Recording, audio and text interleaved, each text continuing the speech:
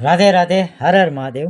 ભદ્ર પુરુષો, સગા સંબંધી, કુટુંબી, પરિવારજનો, પરિવારના સભ્યો તથા હિતેચ્છુઓ પૈકી કોઈ પણ તમારા દ્વારે આવે તો ક્યારેય અનાદર નહીં કરવો જોઈએ. બધાને ભાવ રાખવો જોઈએ. દાન ધર્મમાં પૈસો ખર્ચ કર્યો નહીં. લાખો કરોડો રૂપિયા જમા કરી લીધા. સંસાર છોડીને જતી વખતે એક પણ પૈસો સાથે નહીં આવે. ભલે ને ગમે તેટલું ધન ભેગું કરી લો.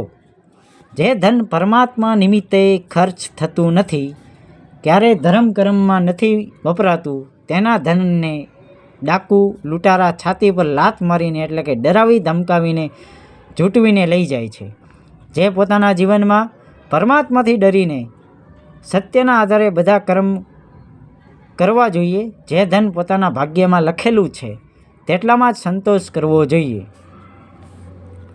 જે ઘરેથી કોઈ ભૂખ્યો પાછો વળે છે તેને પાપ લાગે છે. ભૂખ્યાઓને ભોજન આપવાવાળાના કરોડો વિઘ્નો ટળી જાય છે.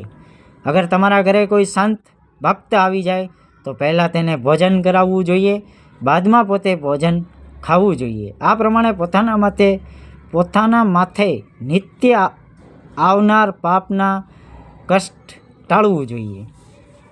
અભિમાન ત્યજીને શ્રેષ્ઠ કર્મ કરવા જોઈએ.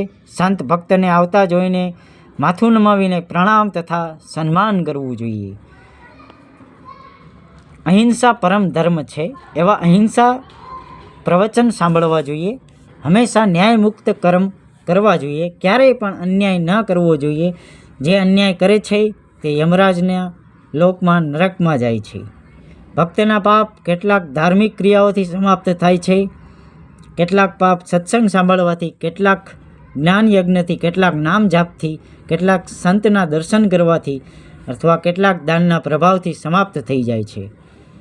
જે પ્રમાણે પહેરેલા વસ્ત્રો ધૂળ માટી લગવાથી મેલા થઈ જાય છે તે મેલા વસ્ત્રોને પાણી સાબુથી ધોવા પડે છે. તે જ પ્રમાણે દરરોજ કાર્યમાં પાપ લાગવા સ્વાભાવિક છે.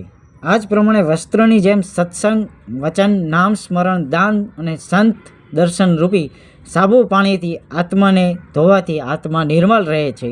ભક્તિમાં મન લાગેલું રહે છે. હર હર મહાદેવ. વાત સાચી લાગે તો સબસ્ક્રાઈબ કરવા વિનંતી, લાઈક કરવા વિનંતી. તમારી એક લાઈક અમને બહુ મોટિવેશન આપે છે. રાધે રાધે.